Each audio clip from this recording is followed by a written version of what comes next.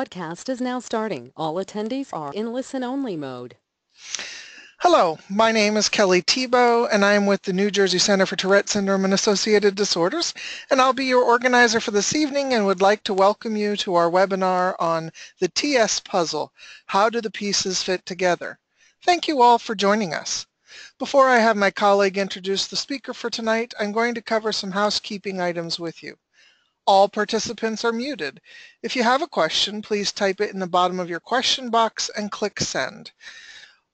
You may send questions during the webinar. However, we will have Dr. Franklin answer the questions at the end of his presentation.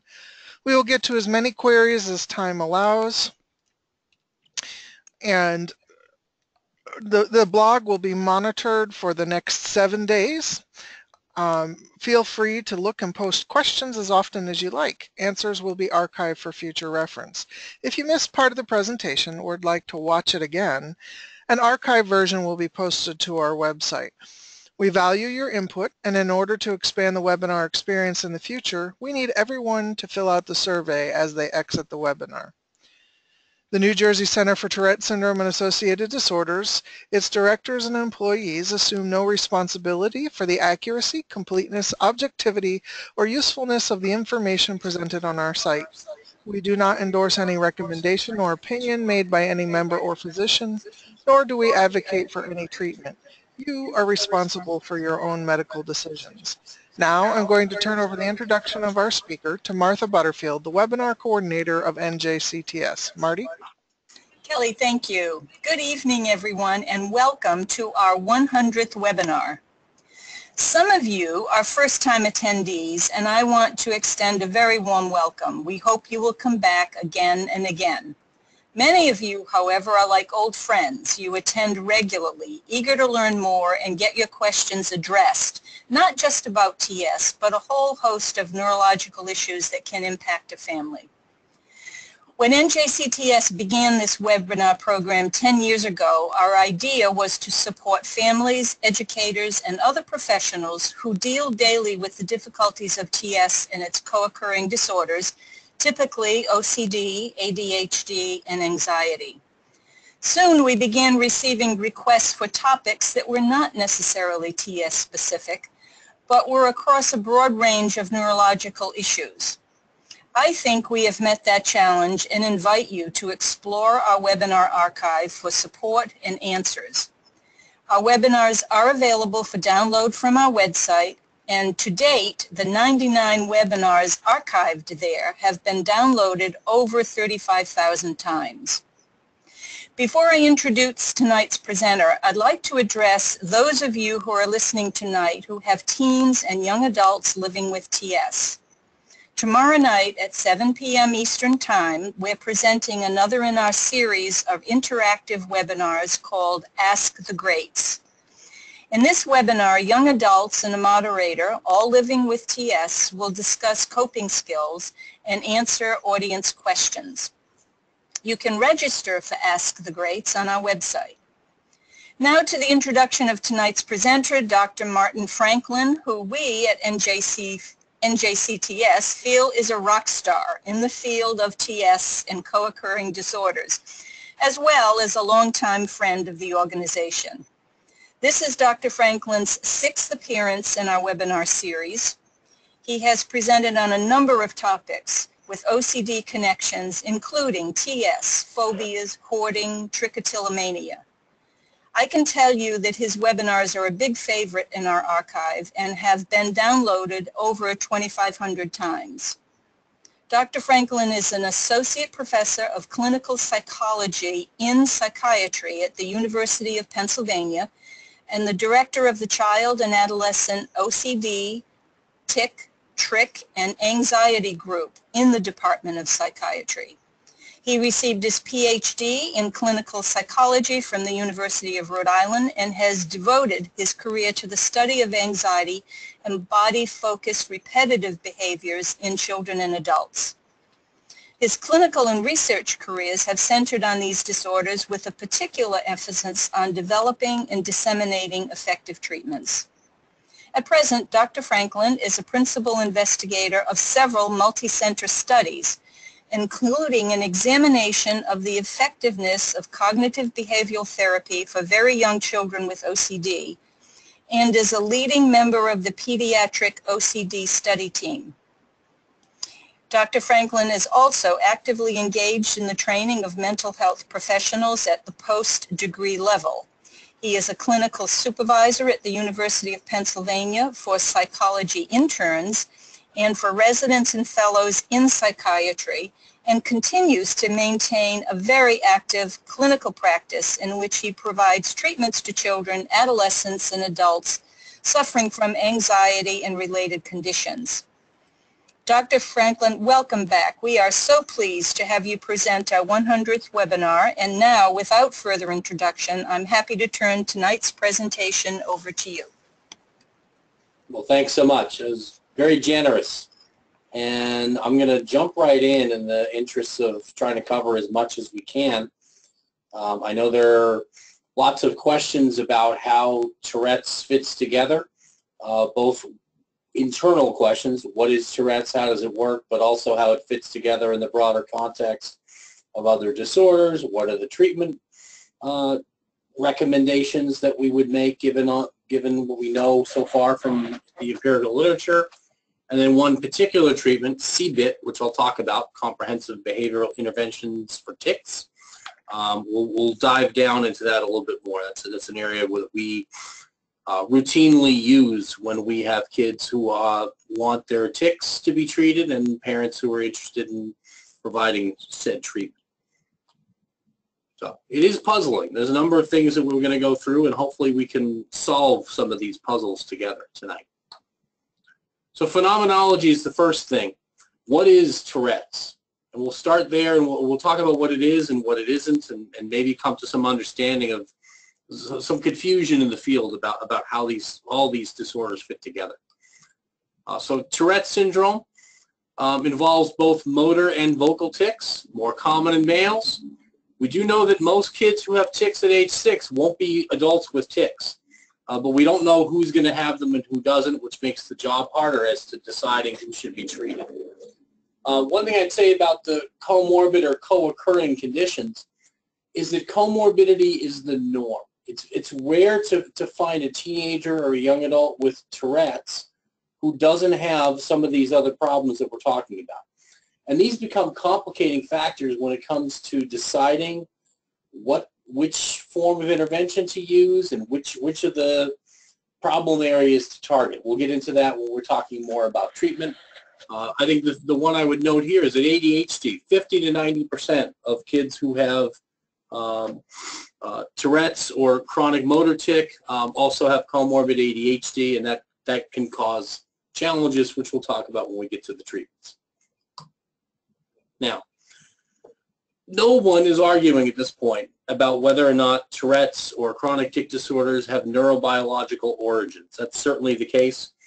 There's evidence that it may well be the signal emanates, the urge, if you will, emanates from a signal from the basal ganglia, which is a number of brain structures that collectively are known as the basal ganglia, and it may be that this urge, if you will, is emanating from that area. There are genetic contributions. We know there are higher rates of Tourette's in families in which close family members have Tourette's. That doesn't mean it's not like eye color, though. There are many environmental influences, which we'll get into as we talk about treatment. But we get into this question, though, so if this is a biological disorder, can it be changed? And I would venture to say that biology is not destiny. Biology may be a setting event, if you will, for experience of symptoms and difficulties. You may have a higher likelihood of SAD, but that doesn't necessarily mean there's nothing that can be done. And if it's biological in nature, are biological treatments necessary? Are medications necessary? And we'll get into that. When we get into the treatment outcome literature, we'll talk about that. I think maybe the best analogy that I've heard, this is something that John March, who's a child psychiatrist friend of mine in the OCD world, he uses the analogy of diabetes. So no one's going to argue that diabetes is not a medical condition and very specifically a disorder that affects the pancreas. There's no argument. And yet, at the same time, that does also not mean that you can't use behavioral interventions to influence outcomes in diabetes. In fact, exercise and medication compliance and diet are all things that will have strong influences over diabetes outcomes. So I think that this idea that we have a two-way street, it's either biological or it's not, I think it's a misnomer. It doesn't help us, and I want to try to help get us away from that a bit as we think about these things tonight. Yes, it's biological. Yes, it's neurological, but there's still some room for behavioral intervention, and I'll try to talk you through that as we go through. So tics can be either simple or complex. This is certainly stuff that Jim Leckman and many other people have studied carefully. They wax and wane, so you may see a tic for 2 months and it may just drop out, and it may wind up either returning under stress or sometimes for reasons we don't understand. It may be replaced by another tic over the course of development. We also know that tics tend to occur in bouts, which from a behavioral standpoint and the treatment side, it means if we can get our hands on the first bout, maybe it'll subsequently affect bouts downstream. The topography of tics tends to change, tends to be from top down usually. So we're talking the most common tics you're going to see in a 6-year-old are going to be eye blinking and eye movements. And then over the course of development, that may move down to other facial movements, sometimes complexity, an eye movement followed with a facial movement. Then it starts to move down further down the body to the point where I've certainly seen plenty of kids who've got foot tics, the movements they have to make with their feet. And sometimes they're in concert in terms of complexity. Sometimes they're in concert with other tics. Sometimes they're simple tics. And this developmental pattern is something that you want to be attending to. And for every tic, which we'll get into more later as well, usually, I might overstate this, usually the person experiencing the tic will describe a premonitory urge, a feeling that comes before the tic is actually performed. And that premonitory urge, customarily, but not all the time, is experienced at or near the site in the body in which the tic itself is going to be seen. So I might have a feeling in the corner of my eye that is uncomfortable and I didn't want to get rid of, and that'll cause me to do some of my blinking or eye darting tics. Or if I have a neck tic, I might feel that muscle tension in the back of my neck that results in then me having to roll my head to the left several times. But that urge is an important element of treatment. It's also something that we know is influenced by development. So if I'm asking a 5-year-old what precedes their tic, they may not be able to articulate it. If I'm talking to most 15-year-olds or even 30-year-olds, they can often describe that pattern, which we'll go into in more detail. But the urge becomes an important element of the behavioral intervention. So this model of tics that we have the environment, as we mentioned, and there's an internal and an external environment, which we'll get into. And you have the tics themselves. And there's also the brain and physiology, if you will. And so what we have in terms of where the spheres of influence are, where the various professionals will work, we see this relation between environment and the brain physiology emanating, resulting in tics. Sometimes there's more direct influences between environment and tics. And the behavioral psychologists pay a lot of attention to the environment-tic relationship. Whereas in psychiatry and neurology, cognitive neuroscience, they're looking more at why these relationships exist at the level of the brain. So we're a slightly different focus, but we're all looking to see if we can help understand how can we modify some of these relationships so that the tic behavior and functional impairment associated with tics can be reduced via the various interventions we have. So this, we're getting into a lot of detail here about the negative reinforcement hypothesis, which I hope is clear once we're done. So we have a premonitory urge, as I mentioned. Again, most people will be able to report upon it. And that urge gives rise to the tic. So I feel that feeling in my shoulder, I feel that feeling in my hand, and then I have to do this repetitive behavior to relieve that urge. That's where this next piece is relief. So I do the tic, and there may well be some reduction or elimination of that urge, and which sounds like a good thing, and yet the problem from the behavioral standpoint is it produces negative reinforcement. So basically I've got this loop that starts to become almost like a record, more like a groove in a record. So you start to get into this position where now I get the urge next time. I've learned essentially, and some of this is conscious and some of this is not, I've learned that when I do my tick in response to the urge, I get relief. So now I'm setting myself up for a pattern whereby the next time I get that urge, I may well engage in the tick and get the relief, and now those grooves become strengthened. Now the premonitory urge itself, there's certainly a lot of speculation about where that exactly emanates from in the brain. As I mentioned, the basal ganglia, I don't have that on the slide because I'm focused more on this slide on maintenance, not on causality. So there are factors that maintain tics that we can influence, and we'll talk about whether those interventions are effective. So tics are maintained, at least in part, by the reduction or elimination of the urge. And the biological processes underlying that urge and its reduction are not well understood, but we certainly have some targets that the neurobiologists are heading into in the last 5 to 10 years. Certainly has been a fair amount of good work done in clarifying those roles.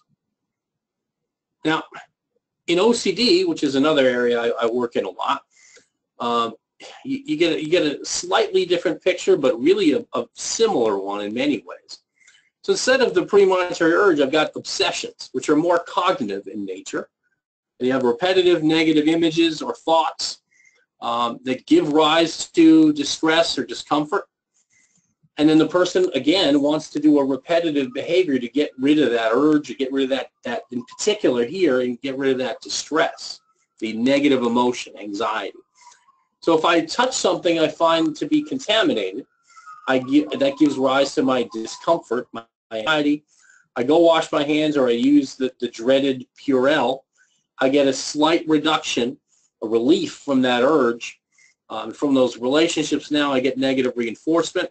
So this looked to me, in fact I stole the slide from the tick slides.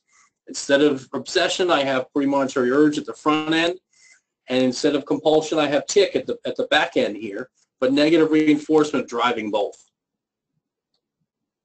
And in order to treat, basically in this case, and I'll get into it when we talk about CBIT, the treatment for OCD essentially comes down to I want you to be anxious and I want you not to fix it. So let's get you anxious on purpose, which sounds like an odd thing to do here in the anxiety clinic, but we do it a lot. And we want you to be anxious on purpose, and we want you to tolerate the anxiety rather than give in to compulsions, because we want to break that connection. And then the frequency and intensity of obsessions customarily will reduce over time. It'll go higher in the beginning of the treatment because you're not used to it. But then you get used to it. You get used to most things. And that's the concept in the treatment of OCD, behavioral treatment. So what are we looking for when we're talking about tics? We're looking for events in the world, in the kid's world or in the adult's world, depending on who you are, that push and pull the tics around. So what things make it more likely or less likely that you're going to have tics? Antecedents are things that precede the behavior we're interested in. Consequences are what happens after you do the behavior. Those things are super important in tics. And the antecedents and consequences can both internal, so events inside of your body, or external, events outside of your body, effects in the environment. And by understanding how the environment impacts tics, you can modify those environments to produce tic reduction. So we need to really study carefully what it is exactly that happens. When is this kid more likely to have tics? I start looking at their, if they start telling me they have more in the afternoon, I get very interested in what classes you have in the afternoon. And oftentimes I find math classes at the center of this.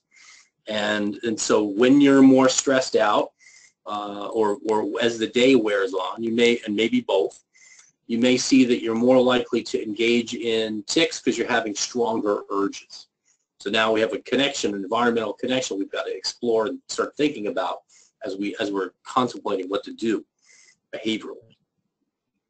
So consequences can also affect and impact tics. that can be made more frequent by people's social reactions. So if someone is bothered by it, so a kid is moving during the middle of a test, and another kid who's now getting distracted says something, will you cut out, stop doing that? That stress may well, for this kid, increase the likelihood of the kid engaging in tics, which of course feels to the other kid like it's intentional. Then that can lead to some conflict, which ironically enough, in this case, might further increase tic behavior because you're strengthening urge here. Parental attention or comfort can sometimes make tics more frequent. Peer attention. So you're having people attending to your tics. Sometimes the kids will find the tics funny and they'll start laughing, which may also have some influence either way. But sometimes it actually increases the tics depending on the kid. Escape from an aversive situation, back to the math class. So the kid is trying to take a test, he's stressed out about it already, and he starts to engage in vocal tics, which are then distracting to the other kids, and so the teacher asks that kid to go out to the hallway or go down to the principal if they really don't understand what's going on because they're thinking it's misbehavior. And then the result of that, you leave a stressful situation to go potentially to a less stressful one, go to the quiet room, go to the hallway, etc. And that may actually have an influence that you'll have to deal with later on. And the result, maybe the most important one, is a reduction of the urge. Certainly is something that we see. So as I experience the urge and I do my tic to make it go away, the thing goes down, and then I'm in that situation where now I'm likely to do it in the next environment or the next time I experience the urge.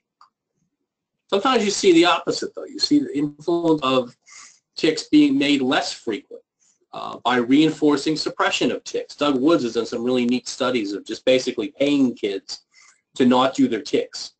And lo and behold, when you give them some basic behavioral training, pretty quickly they can get these things under control because they're focusing on methods by which they're going to suppress, and suppression can be useful.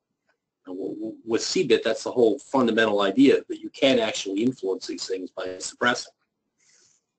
Potential reinforcers for suppression that you could include a number of things. You can use money, you can use social reinforcement. Avoidance of teasing is something that you also will see. Sometimes a kid knows in advance that in the lunch setting people are going to be attending to my tics, so I need to be more conscious of that. Or certain coaches or certain teachers and even parents. I need to keep an eye on these things, or I need to do something to reduce the likelihood I do because I'm going to get punished. And sometimes you see that effect as well. Being able to participate in a school activity or sport, that may also a reason that kids can gather the strength and the focus in order to reduce their tic engagement in particular environments. And avoidance of embarrassment. Sometimes people are very conscious of that, and they may well kind of make some behavioral choices that are more likely to result in decreased tics. So all this stuff that we're talking about, OCD versus Tourette's, all of it sounds so familiar. And so there's now a new category in DSM-5 called OCD and related conditions. There are many of us on those committees who wondered aloud, how come Tourette's wasn't moved?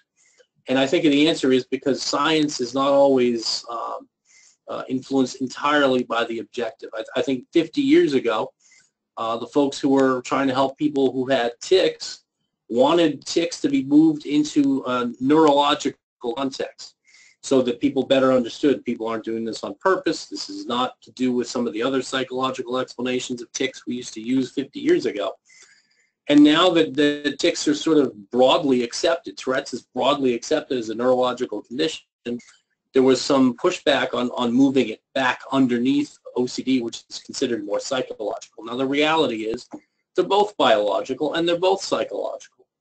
There's probably not much difference there except where the urge is emanating from, and then one is a more verbally mediated process and one is a more physical urge or itch process, but they're really quite similar, and the treatments that we use for them are actually quite similar as well.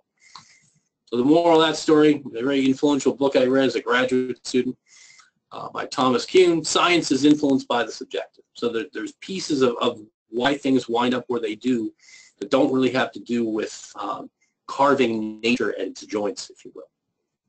So let's move forward to the efficacy literature. So what works? What do we know about the treatments? There's certainly many treatments are tried, but we want to see, in terms of levels of evidence, what treatments rise to the level where you feel comfortable and confident because they've been studied in a certain way that you can say that we expect this treatment will be effective. It's never, no treatment study is ever going to say with 100% certainty that treatment must work for a given kid. But what it does tell us is it changes the likelihoods. So if I can make an educated guess about a treatment, I'd rather do that than just blindly follow whatever an interventionist is providing. And I'm the first person to say, if someone's going to provide you with an intervention, whether it's a medicine, whether it's a psychological treatment, whether it's a diet, I want to know what the evidence is before I go down that path, either with myself or with my kid. And we'll talk about that evidence base. So there's a really nice paper that came out a couple years ago, Whittington et al. In the Journal of Clinical Psychology and Psychiatry, very practical review of the literature. And what they noted in their review is that the oral alpha agonists, guanfacine, clonidine, they had evidence base, relative efficacy versus placebo, which is a good thing. You really, as a medicine, you need to be better than fake medicine in order to say with any confidence that the specific effects of your medicine is driving treatment outcomes. With guanfacine and clonidine, we've got evidence from randomized trials. There is some evidence from randomized trials for treatments like risperidone, atypical neuroleptics. These days, though, and I think Whittington and colleagues got into this, is you probably start, if you're going to try a medicine, you probably start with one of the oral alpha agonists because the side effect profile is more favorable for those than it would be for neuroleptics. Behavioral interventions, I was alluding to what we were going to talk about more in a bit. Those behavioral treatments typically include habit reversal training, which is a relatively simple, straightforward explanation is when I have an urge to do behavior A, which is the tick I'm targeting, I should do behavior B instead. And I'll talk about that in more detail. But that's essentially what it is. And basically, you're changing the relationship, negative reinforcement effects. You're changing the relationship between the urge and the behavior itself, the tick itself. Now, there certainly are lots of interventions, physical interventions, dietary interventions that are used. We don't have enough randomized evidence to support their efficacy. So people will often tell you, sort of anecdotally, oh, I know when I took bananas out of my diet, it decreased my kids' tics substantially or increased them substantially. And I'd say those are observations that don't rise to the same level of randomized evidence. As John March also once put it, is the plural of anecdote is not data. I want to be cautious about anecdotal things, and I'm not saying they don't work. I'm just saying be cautious about evaluating, making that educated guess about whether they're going to be helpful. One of the things we've also seen across the entire Tourette's literature in terms of outcome is great heterogeneity with respect to treatment response. John once put it this way, which is if I give a kid a medication for their Tourette's, I would expect about a third will respond well, about a third won't respond at all, and about a third might get worse. So that you just see the broad range of response. You do see that also in behavior therapy. For some people, behavior therapy isn't as effective as you would like.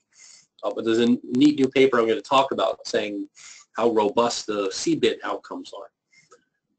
We also are missing a major piece, which we have in lots and lots of examples in OCD, but we don't have it in Tourette's, which is studies, randomized studies, of controlled studies of the relative versus combined treatments for medication versus CBIT.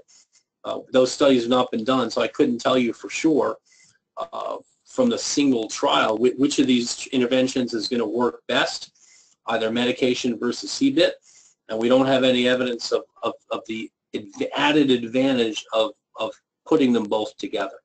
In OCD, we do have that. The literature is a little bit complicated, but suffice it to say, the combined treatment is at the very least, it's never worse than the monotherapies, and sometimes it's better. We just don't have that information in Tourette's. We're kind of left to extrapolate from OCD.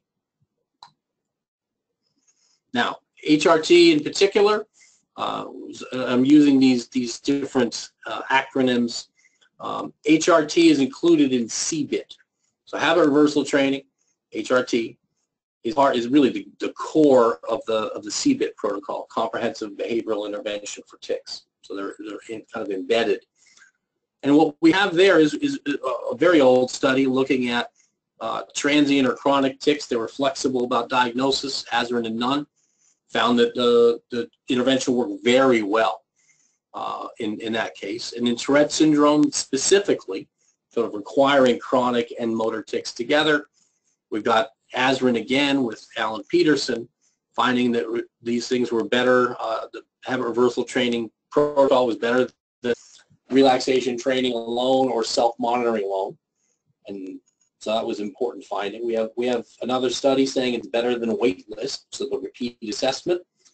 And then more importantly, and I think more recently, we've got really good evidence about the relative efficacy of CBIT versus supportive psychotherapy. So psychoeducation plus supportive counseling, both in adults and in kids. Big studies and talking about 120 plus across multi-sites, and pretty powerful evidence, which I'll talk about just in a moment here. So certainly we know that getting information about Tourette's and having a supportive therapist talk to you about this stuff is not as powerful in terms of efficacy as doing the CBIT protocol.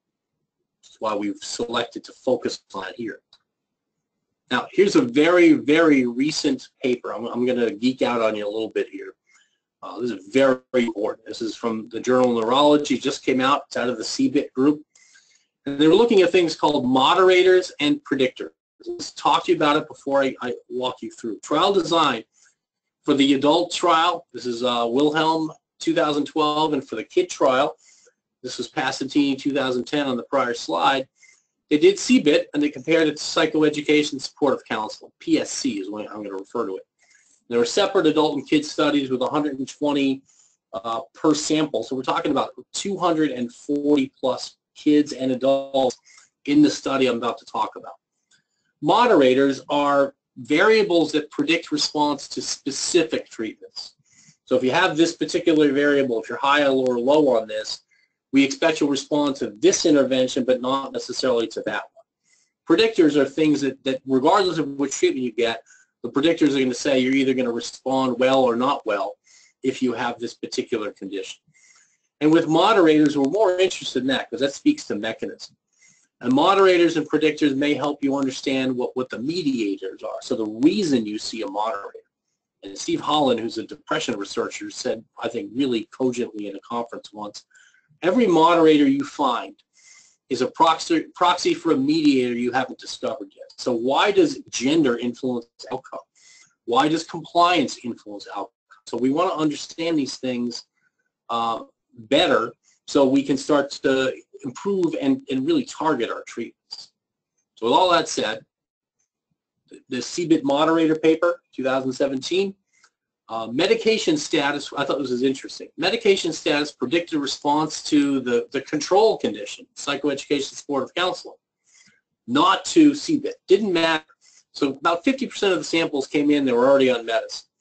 And essentially, they didn't put them on medicine. They came in that way, trying to be flexible. And essentially, it didn't matter if you were on medicine to come in. You responded just as well to CBIT with or without. When it came to the psychoed, you actually responded differently. You did better if you're already on med. You did better in the PSC condition than those not on med. And the medications varied from whatever people were using. Most typically, they were the alpha agonists and the atypical neuroleptics. So CBIT was efficacious regardless of med status. What was also interesting here is ADHD, OCD, and anxiety disorder didn't moderate CBIT response. So CBIT was going to work whether or not you had any of these other comorbidities, which makes me feel like it's a very robust response, which is very encouraging, because we've certainly heard in the past anecdotally that CBIT will only work for the mild case. CBIT will only work if you don't have ADHD, and the answer is no. It works regardless. It doesn't work perfectly, but it works irrespective of that, which makes me feel like it's an intervention you can offer more broadly. And the predictors in CBIT, so the variables that were associated with better or worse treatment response, irrespective of which condition you got, greater tic severity was associated with better outcome, which I thought was interesting. Maybe that's to do with whether or not you're invested in doing the work. Higher treatment expectancy, which also makes sense. If you thought the treatment you got was going to work, you're more likely to respond. The presence of comorbid anxiety disorders in general attenuated outcome, which may make you think when you're looking at somebody who comes in with an anxiety disorder, you got to make some decisions about whether I want to treat the anxiety first or the tics first. And greater urge severity, not tic severity, but urge severity, was also associated with attenuated treatment response. And it just could be that the person who's noticing these urges and finding them to be especially intrusive is somebody who maybe doesn't, and there's a mechanism question there, which is do they not follow through as much? Do they frustrated? The many questions to be looked at. But urge severity is something we now want to pay some attention to when we're thinking about our interventions. Okay? And when it comes to treatment selection, this comes back to the complexity issue. Most people who are, say for little kids, most people who have tics and Tourette's are likely to have other things going on as well. So the first thing I want to know is, do I have an expert to provide the medications? Do I have an expert to do CBIT? If I don't have an expert, it's going to put me in a position where I've got to make some difficult decisions about what treatments to try. Developmental level is another one. If I have a 5-year-old in my office who has no bloody idea he's doing tics, he may not be the best candidate for CBIT, because CBIT, which we'll talk about, is predicated on the idea of trying to do the alternative, we call the competing response, trying to do that in response to the urge or as soon as you notice. If you're 5, you may not notice that sort of thing. Just introspection and awareness may not be developmentally where you are. So maybe a 5-year-old is a kid I watch, and maybe a 10-year-old who can tell me, I know when I'm going to do it, and I know where I feel it, and I can kind of see it coming. That may be a kid who's kind of a better match for CBIT. Case complexity is another place we want to really be thinking these things through. So for example, in case complexity, if I have a kid with comorbid ADHD and he's having difficulty paying attention while I'm doing my assessment, or having difficulty sitting in a seat during the intervention itself, I may want to start thinking, if the kid's not already being treated for ADHD, I may want to start thinking about whether or not I should be treating that instead. Anxiety obviously is another one. If I have a kid who's anxious and I have a kid who also has tics, you may get 2 birds with 1 stone. If I can reduce the anxiety, so the lowering tide lowers all boats.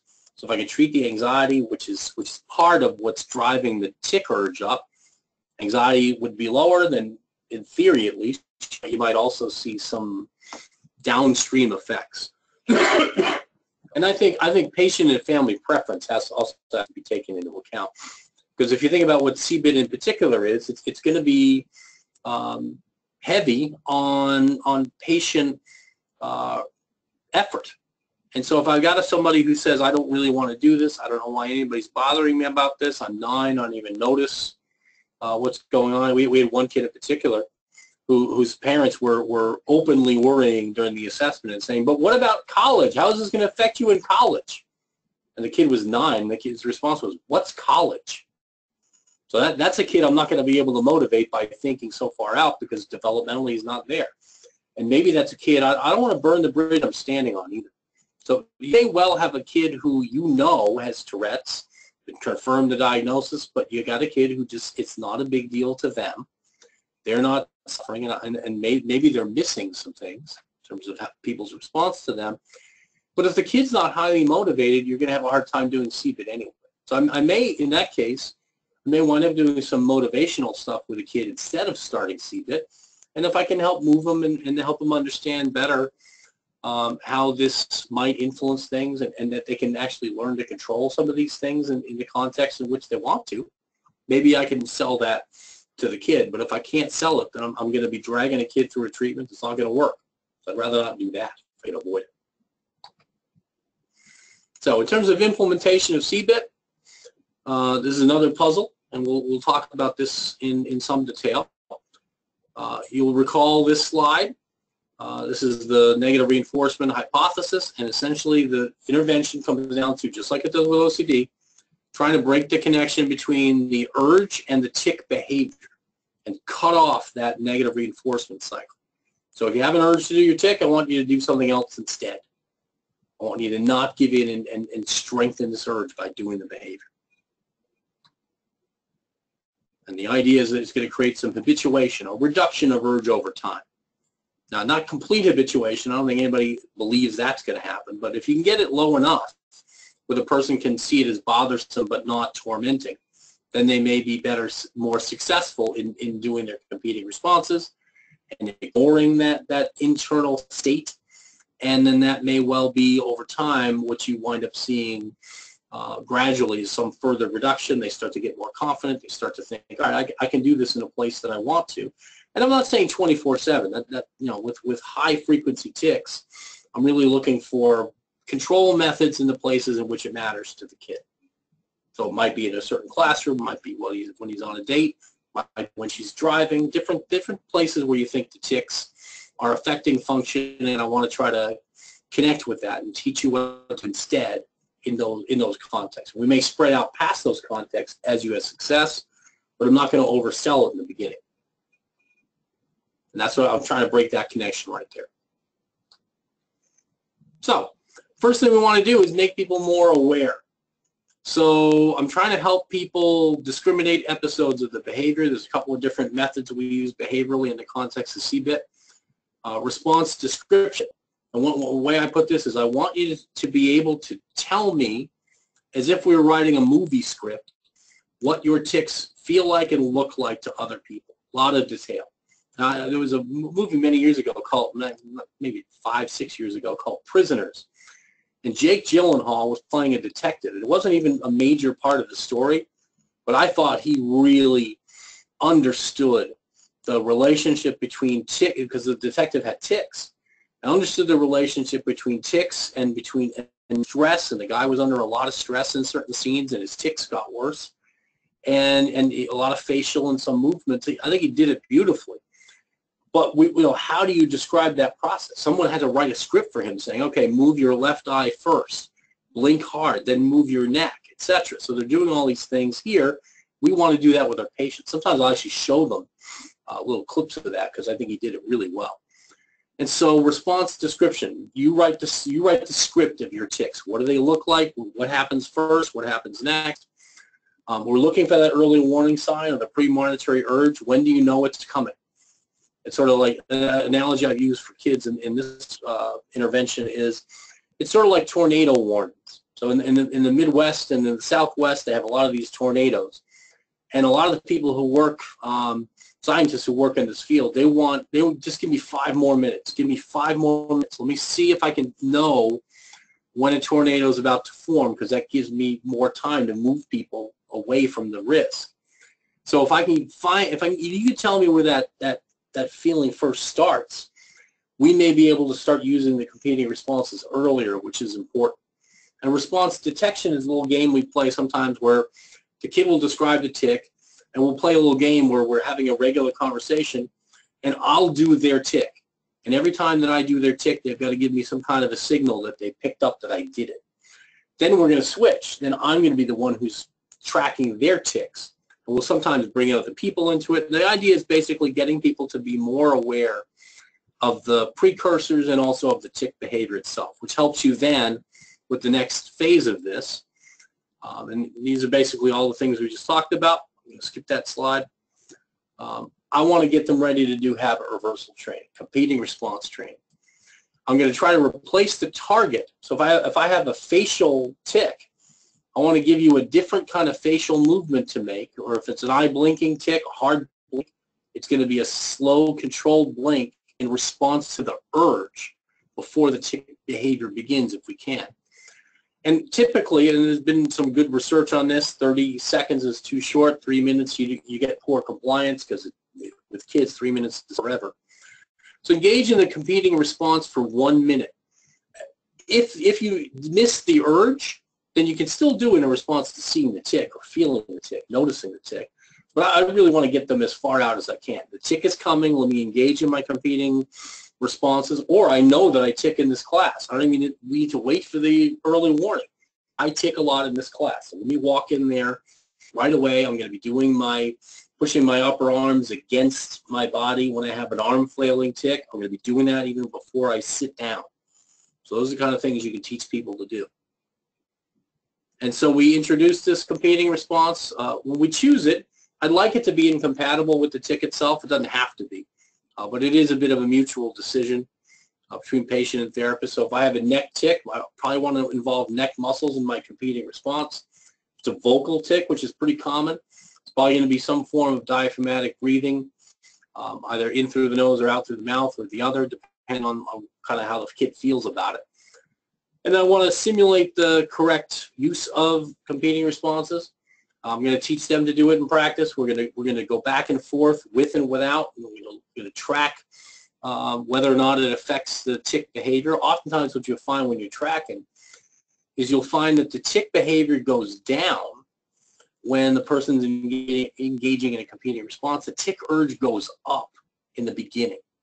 So they're not, because they're not used to it, and their brains have basically come to wait for the negative reinforcement effects. And so in the beginning, you're going to see urges rising. But then over time, as they get better at it, and you extend the amount of time they're using it, you're going to see those typically leveling off and coming back down, which is, that's really what we're hoping for.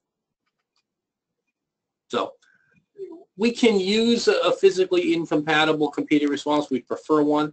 I have some kids, though, who say it's too complicated. I have too many ticks. Let me just use one.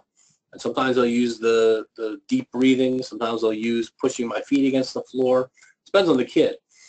And essentially, if you think about what the mechanism might be, it may well be that the reason that competing responses are effective isn't so much about muscle tension in the same muscle group the tics are happening. It may have more to do with reallocation of attention away from the tick urge and towards something else. So maybe then something else can be more flexible. I know Doug Woods has done a lot of work in his lab and has found that the competing response can certainly be something that is not necessarily physically incompatible with the tick, but I tend to start there. And again, I'm using the CR, the response, contingent on the presence of the tick, or better yet, the warning sign. And we use it for 1 minute or until the urge goes away. I'll say use it for a minute, use your competing responses, do your breathing, and then if that urge to do your vocal tick is still there, go right back into your breathing. Take the temperature of the urge. If the urge is lower, maybe you can go back to not using the CR. And sometimes people start to use the CR anyway. I have a guy I've been treating for a couple months, an adult, and as soon as he sits down in my office, without any prompting at this point, he's already into using his competing responses. And he's gotten very good at using them in other settings too. He's like, well, he sort of jokes because his competing response is breathing. And so he'll ask me, he says, well, so it's sort of just like breathing. You know what I mean? Like, yeah, I know. Good. So your competing response is breathing, breathe. And then that allows him to center himself and tolerate some discomfort that's residual. He's certainly doing much better with respect to feeling comfortable controlling this in situations that matter to him. And the competing responses, I don't expect people to be doing competing responses in 10 years. It's sort of an interim step, and then as the urges start to get lower and they feel more confident they can control them, you can just start to ignore them. All about your business. And so the competing responses tend to fade as the tics fade. Okay? So I'm going to use this habit rehearsal social support method to, do I need to reinforce and prompt the use of the competing response? I would guess adults this is less important than it is with kids. Having significant others or parents prompting the use of the competing response and praise correct use. I don't want to see the Tourette's police, I don't want the tick police force. Oh, you're doing a tick. Oh my God, why don't you use your competing responses? The tone is wrong. So I like to involve families. I like to involve that, but I got to make sure that we're all coming at it with this concept of the tick neutral environment as our goal. So I want to, and if I have families, even a signal, I can have kids sometimes come up with a really cool, quick signaling method. So if I'm watching a movie with my parents look over and I'm doing my tick, they can give me a little timeout signal just without making any big deal out of it, or some sort of a look, or patting them on the arm. So it's not a big deal. It's not viewed as pejorative. You're not outing them in any way in terms of now other people in the room know that you're ticking, but it's a way for them to be reminded. So we try to work with parents about that, and sometimes schools as well get into this business. So we want to identify some support person that's often taking place in the context of school. So I think there's if you have a single head teacher, if you will, for the younger guys, that might be a really good person to involve. It could be a housemate for the older people who have Tourette's. Could be an older sibling. If it's a kid living at home with parents, it could certainly be a parent. And all they're trying to do is just remind them to use in an encouraging tone, not punitive. When you try out your techniques, or you're doing a good job using your techniques. Nice work, man. Good work. Good work. I say it all. I coach softball. I just say it all the time. Good job. Good work. Nice work. Very consistent. And I'm trying to praise the use of exercise as not necessarily tick reduction. But if I see they're using their competing response, I want to give them a pat on the head. Sometimes metaphorically, sometimes literally. I'm trying to create a tick-neutral environment. Kids ticking, that's fine. We don't talk about ticks at dinner. We talk about whatever else is going on in the world. And we don't make a big deal out of it. School-based interventions, there are some things to be thinking about. You may want psychoeducation for the classroom. If a kid has got tics and they're imminent in class. You may also consider, I'm not necessarily, some families are not comfortable with that, some might be, and then having the therapy provider or somebody else come in, sometimes the national organization associated with tics will actually send out people to do this kind of training if it seems like it's warranted. And so we want to see what the best school-based interventions are. Sometimes in the context of school, testing an environmental modification. So the kid in the back of the room instead of the front of the room, sometimes that can actually reduce the stress and therefore reduce tick urges. So maybe the kid can hang in there longer in a particular class he's struggling in, as opposed to right smack in front of the teacher's desk. Teachers can be taught to, or other school personnel, coaches, can be taught to signal for use of a competing response and reinforce kids for effort. Nice work, job. Nice job, kid. Without making a big deal out of it, without sort of telling more people than you want to about the tics. But it's really all about creation of this tick-neutral environment. If there is teasing in the context of tics, then we definitely want to address that the same way we would if they're teasing for any other things as well. We don't want to be in the position where a kid is now no longer comfortable going into an environment because they're gonna get a hard time from somebody about these sorts of things. And so I think that's a responsibility for the schools to try to address that, tick or no tick.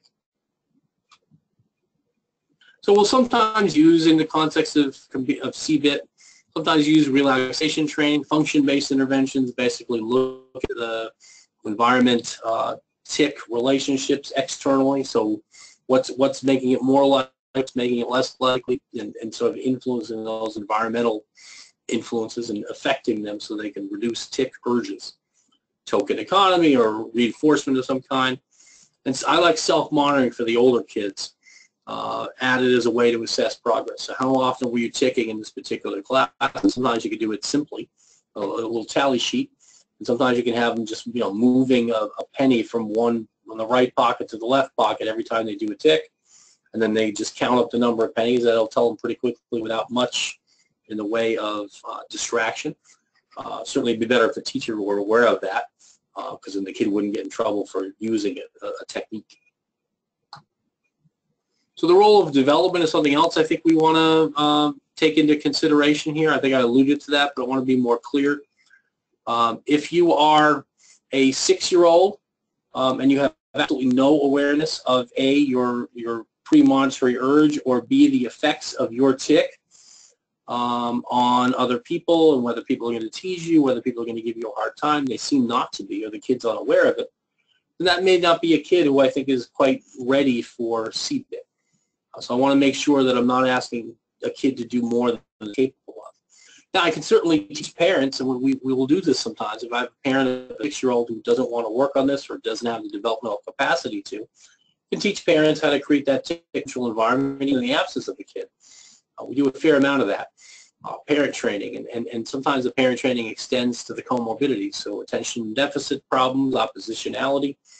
So you can get a fair amount done even in the complete absence of the kid. Sometimes I'm meeting parents and I don't ever see the kid, but we're trying to have some influence over creating that tic neutral environment, and also trying to help the kid in circumstances in which their environment is influencing more or less what tics they will have and what strength. And I think that's all I have. I do want to end on essentially what I just said. There's an influence of development on tic phenomenology. You tend to see more simple tics, tend to see more facial tics in kids, little kids. The awareness of responses to tics in the environment. Sometimes kids truly at 6, 7, 8 don't really pay a lot of attention to how people respond to them. Some kids are very sensitive. It's not an either or. But if they're not sensitive to it, I don't think that telling them people are going to make fun of you in 5 years is going to be a great way to motivate a kid. Readiness for behavior change. It's true of adults. It's true of kids. And if the person views this as a problem that's worth working on, then they probably will. If they don't, and we don't help them elicit the change language from the patient, then maybe we're better off not trying to CBIT at a time when a person is not ready to do it. And the family response to tics, I think we're certainly mindful of that, and sometimes, as I said, we'll just treat the family in the absence of the kid to try to get that tic-neutral environment. And allay concerns, too, because people sometimes will be quite worried about their 8-year-old with tics and what it's going to be like when he's 25, and the answer is we don't know, but we do know that helping create that tic-neutral environment may be one of those factors that lowers the tide and lowers subsequent votes. Okay? So I think I'm done with my content, except for, of course, I want to end, because I'm in Philadelphia, with a puzzle that the Philadelphia Eagles seem to have solved recently. And so I'll use this as my slide for taking any questions. Okay, well, that's a great slide. I like that slide. Yeah. Okay, before I begin Q&A, I just want to comment on one thing that you said, and I would like to say to families that are listening who live in New Jersey that our organization, NJCTS, offers school and service programs. So if your child is having trouble in the classroom and the teacher doesn't get it, or the kids are teasing or bullying or any of that stuff, then we do those programs for schools in New Jersey.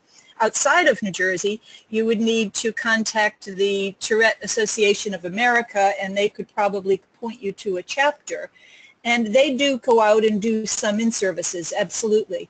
But we here at NJCT take care of New Jersey. And I've certainly, in my experience, I've certainly had families contact you guys, contact the national group, and really, even if there's trepidation about it, because people are going to learn more about my kid and maybe more than I want them to know, I think these have really been invaluable in terms of the family's comfort level and the kid feeling less misunderstood in the context of trying to explain difficult content to other 10-year-olds. Is not the easiest thing in the world. Yeah. It's always been my feeling that in the absence of kids, or anybody for that matter, but in the absence of people understanding what's going on, they make stuff up.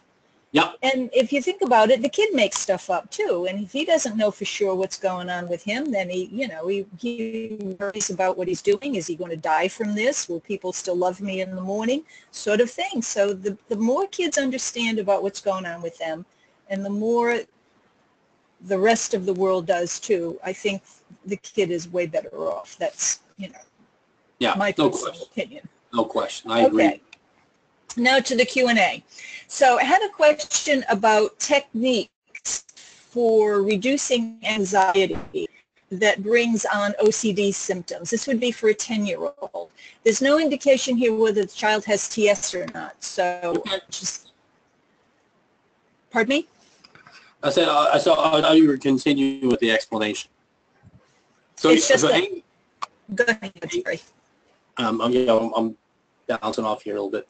So anxiety techniques, both in the context of OCD and not.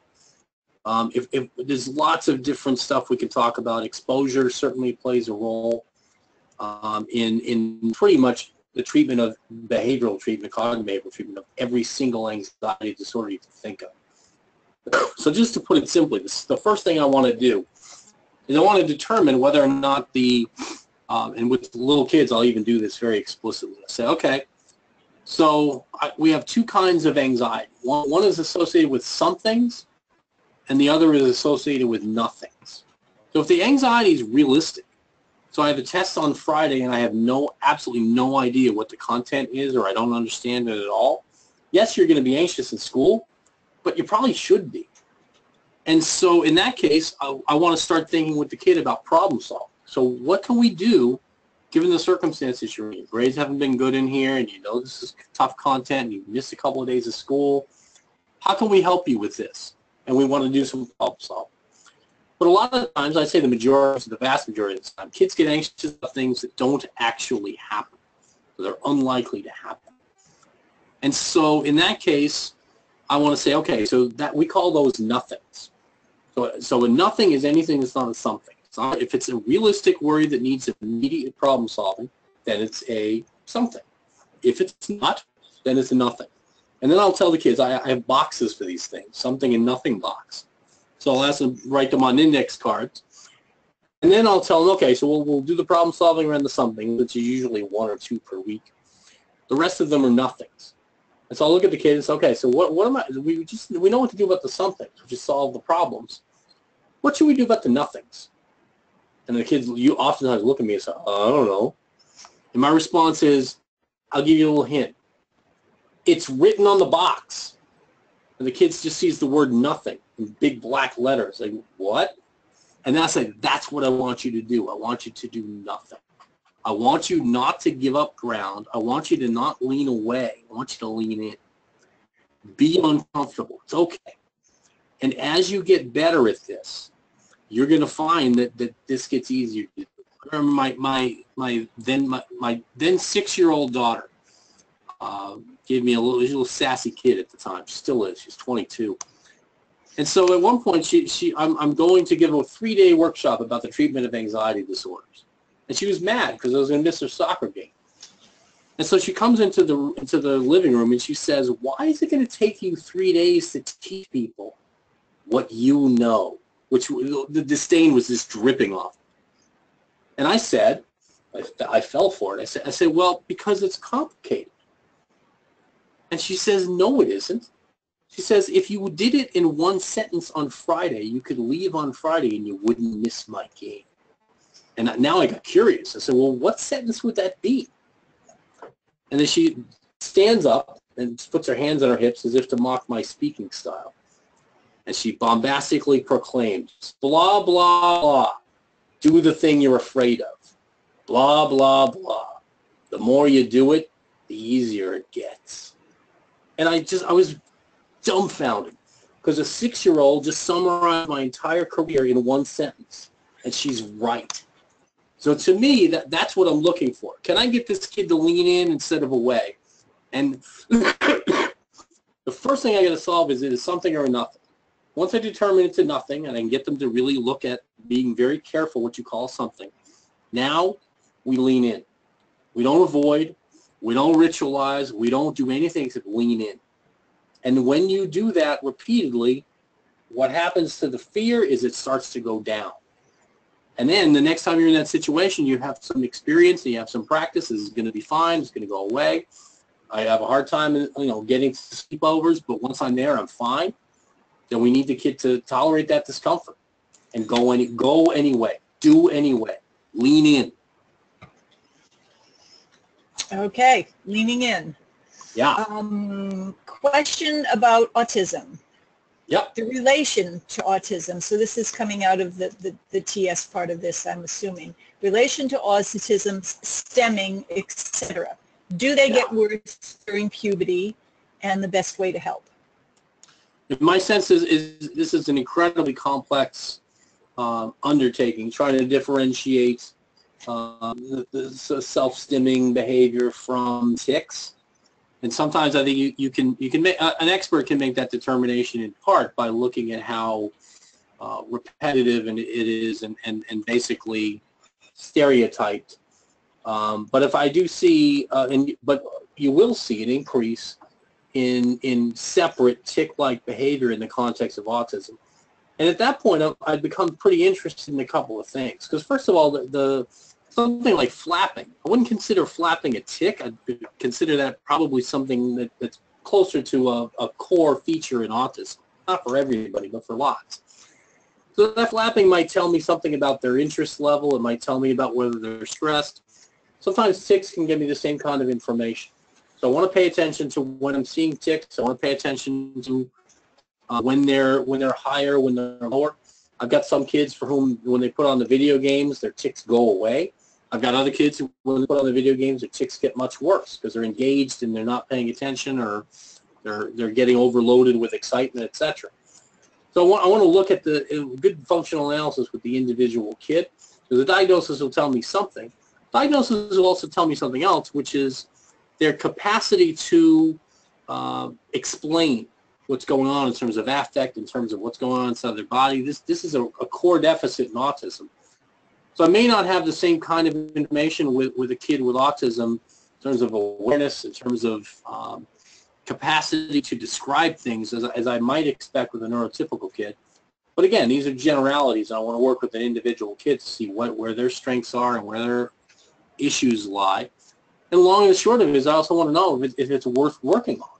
So if the kid says to me, I hate when this happens, it really upsets me if it happens in social situations and people make fun of me, that might be a kid who will say, well, would it be okay if I taught you some techniques to try to help with that? But if I have a kid who's not really, maybe more in terms of their theory of mind being more compromised and not really being able to take perspective and knowing too much about what people think, maybe that's a kid for whom, I just think of it as another indicator of where they're at, another behavioral indicator of whether they're upset, as opposed to a point for intervention. Okay. All right. Have a question. So this relates to a 7-year-old and on meds, diagnosed with ADHD, and started having tics. And so with just this brief description, the question is, would CBIT work for him? And then a little bit further down, there's another comment posted from the same mom, and they were told that by the doctor that it would not benefit him. So when I read that, I wondered if it was because he's too young. Could the age be a factor there? Yeah, that's a great. Years old? Yeah, it's a great question. So what I said earlier was that developmental factors will influence whether CBIT's a good match at a particular time. So if I have a 7-year-old who can tell me clearly that, when I do my facial movements, when I do my nose wrinkling, I can feel that before I even do it. I can feel it right in my face. It starts on the left side, then moves to the right. If I have a kid who can describe their own experience that way, then I have a better candidate for CBIT.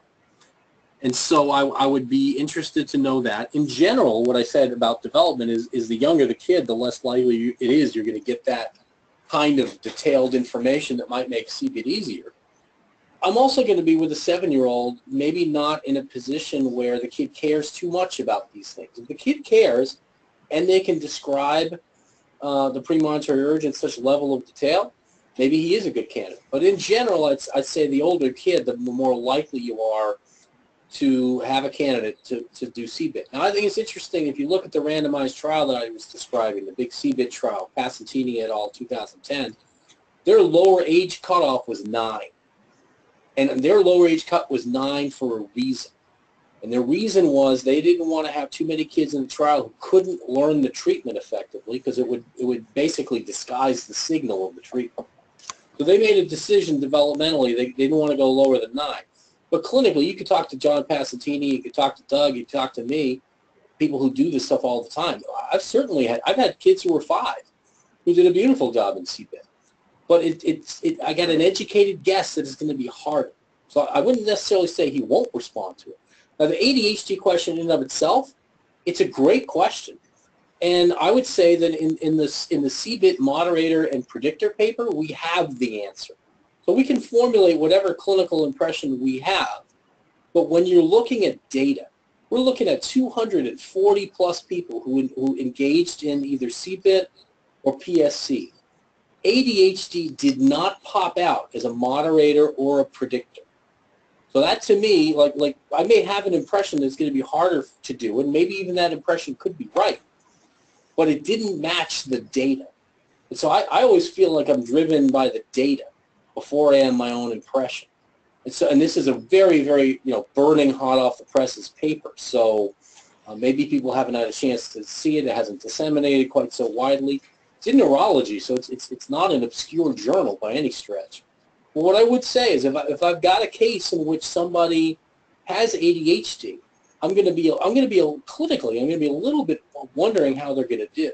But if they come into my office and then they can participate actively in the discussion, they have awareness of the premonitory urge, they're interested, they're engaged, they may tell me I have a hard time with paying attention sometimes.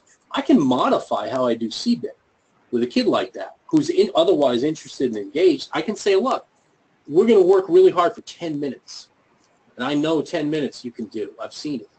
So we're going to work hard for 10 minutes, and you and I are going to like throw the football around a little bit in the office. I have a small office, but we can still throw it around, the Nerf. So if I can get a kid who has ADHD to engage in the process and they have some of the necessities, if you will, of doing the intervention, then I don't want to necessarily say they can't, because the data just don't support that. ADHD didn't pop out as a moderator or predictor, even though some people thought it would, including me, but just didn't. And so I want to take that under advisement, and then I want to look at the individual kid, because we can have 1,000 clinical trials, and they're not going to tell us how an individual kid is going to respond or not respond. That comes down to making educated guesses and testing your hypotheses. Yeah, it also depends on how much the kid wants to participate, too. Exactly. Of course. Everything does. Yeah. Everything does. We have gone well beyond our time here, but I'm going to ask one more question, and then we'll wrap it up after that. I do want to say to people that are still on, the questions that do not get covered tonight will definitely be on the blog, and Dr. Franklin will be answering those. So, question I have for you now is, if/when a child outgrows tics, do the comorbid conditions remain forever?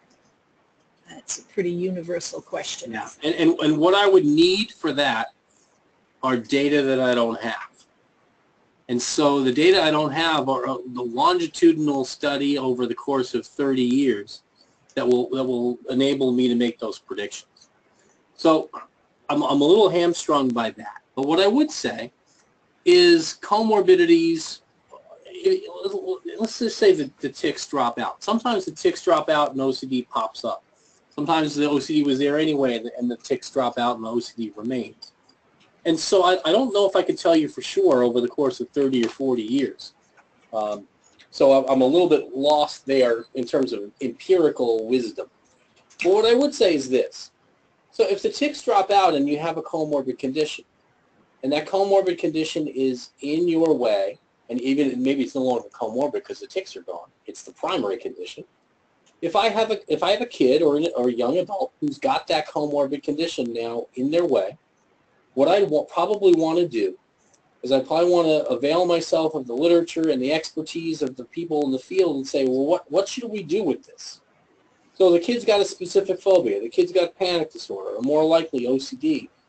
What would I do? And so if I had OCD, then I'd say if I am an 18-year-old who used to be a 6-year-old with tics, I'd say, well, we ought to find ourselves a cognitive behavioral interventionist who can deliver that treatment. So what I'd say is I don't know for sure if they last or don't last, but if they do last and if they're in the way, the fabulous news is we've got interventions for all these things. And so I would come at it from the position of, we'll cross that bridge when we come to it, because I don't think we can say definitively. What I would say is that there's actually a really interesting study done in OCD, published maybe in 2000. And it was an article by Skoog and Skoog. I believe it was American Journal of Psychiatry. And Skoog and Skoog were Swedish psychiatrists, one of whom was the dad, one of whom was the son. And they did a 50-year follow-up study. So the kind of thing we were just alluding to actually exists in OCD. And what they did was they looked at the clinical characteristics of people in their late teens who had developed OCD in Sweden. And they didn't have much intervention, so it was basically a pure study of what happens with the developmental course of OCD over time. And the first thing they found is there are a good chunk of people who had OCD at time 1, which was in their teens, didn't have it. I would say probably the majority still did, but a good chunk of a significant minority no longer had OCD. And I don't think they got too much into what they did have instead. But if you did still have OCD, it was associated with certain clinical characteristics. And one of the ones that popped out for that trial was male and also the youth. The younger you were when OCD started, the more likely you were to have OCD at time 2, which is 50 years into the future. But what I would say is that was in the absence of intervention. And fortunately, we're in a position now with a cohort of people who have OCD and have tics, etc. Now, we have interventions. And we have to find ways to access those interventions. But there's enough information now about anxiety and related conditions that we feel pretty comfortable that we can help intervene, and those interventions are effective. So I certainly understand wanting to know what will happen. My response is I can't tell you for certain, but if it does happen, the good news is we've got interventions to be useful to you down the line.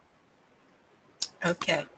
Thank you. I think we're going to wrap it up here. I want to thank you again for your participation tonight. It was a great webinar, and we have a lot of questions that are going to end up on the blog. And I'm going to turn it back to Kelly for her final comments. Thank you for joining us on our webinar, The TS Puzzle and How Do the Pieces Fit Together. There is an exit survey which we need everyone attending to fill out. The webinar blog is now open and available for the next 7 days on the NJCTS website for any additional questions that were not covered in tonight's presentation. That website is www.njcts.org.